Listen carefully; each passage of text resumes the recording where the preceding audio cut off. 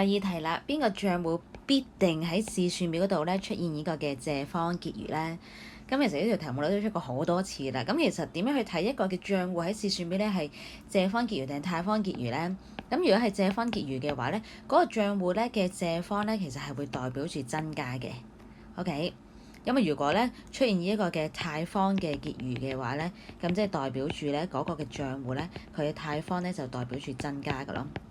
OK，即係其實你都係睇翻究竟嗰個賬戶邊邊代表住增加啦。如果佢係借方代表增加，咁佢就應該會有借方結餘啦。咁我哋一齊睇下咯。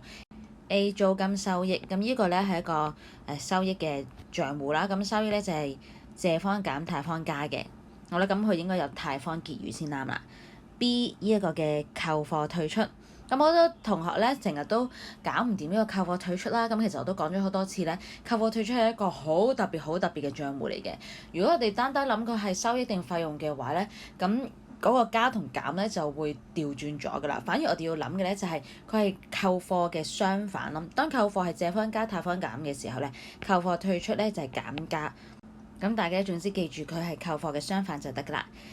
C 購貨折扣，購貨折扣咧就係收益嚟嘅。購貨折扣係啲咩嚟嘅咧？就係供應商咧念住我哋早咗還錢咧，就嗌我哋咧俾少啲錢佢。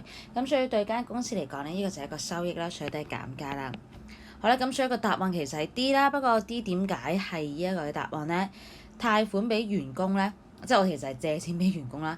簡單啲嚟講咧，借錢俾員工嘅話咧，呢個係一個資產嚟嘅。咁所以係借方加貸方減，咁所以咧 D 就會係答案啦。佢有呢個嘅借方結餘嘅。